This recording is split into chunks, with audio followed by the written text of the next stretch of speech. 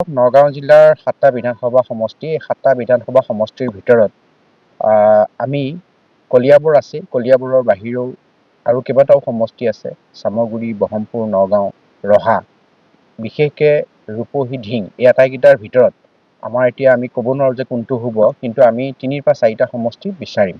এইটো কথা আমাৰ কেন্দ্ৰীয় নেতৃত্বই জিলা সমিতিৰ পৰা লৈছে আৰু কেন্দ্ৰীয় নেতৃত্বই জিলাখনৰ অসম গণ পৰিষদৰ এসময়ৰ দুৰ্গ সদৃশ এই জিলাখনত এটা উপযুক্ত সন্মান যাচিব বুলি আমি আশা কৰি আছোঁ। আৰু ব্ৰহ্মপুৰত সাংগঠনিক তৎপৰতা যথেষ্ট বৃদ্ধি পাইছে, কাৰণ 35 বছৰ তাত অসম গণ পৰিষদৰ পতাকা উঠিছিল। জাতীয়তাবাদ আৰু আঞ্চলিকতাবাদত বিশ্বাসী অজস্ৰ মানুহ তাত এতিয়াও আছে।